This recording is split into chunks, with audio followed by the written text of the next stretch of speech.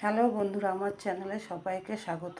আজকে আমি রান্না করব মটরের ডাল দিয়ে, উচ্ছে দিয়ে, ডাঁটা দিয়ে তিঁতর ডাল। 200 গ্রাম মটরের ডাল নিয়েছি।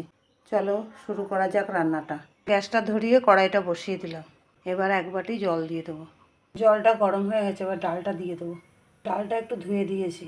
এবার 1 চামচ লবণ দিয়ে দেবো, তাড়াতাড়ি সেদ্ধ হবে। ডালটা সেদ্ধ হয়ে গেছে, এবার ডাঁটাটা দিয়ে দেবো। ডালটা সেদ্ধ হয়ে গেছে, ডাঁটাও সেদ্ধ হয়ে গেছে। এবার একটু হলুদ দিয়ে দিলাম। ডালটা সেদ্ধ হয়ে গেছে, নামিয়ে নিয়ে কড়াই বসিয়ে তেল দিয়ে দিলাম। তেলটা গরম হয়ে গেছে, এবার উচ্ছেটা ভেজে নেব।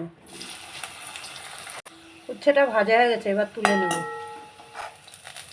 আর একটু তেল দিয়ে দিলাম। তেলটা গরম হয়ে গেছে, লঙ্কা দিয়ে দিলাম, আর রাঁধুনি ফোড়ন দিয়ে দিলাম, আর তেজপাতা দিয়ে দিলাম। এবার 1 চামচ আদা বাটা দিয়ে দিলাম, ধনে জিরে বাটা দিয়ে দিলাম। এবার 1/2 চামচ লবণ দিয়ে দিলাম, যেহেতু সেদ্ধতে লবণ দেওয়া ছিল তো। 1 চামচ চিনি দিয়ে দিলাম।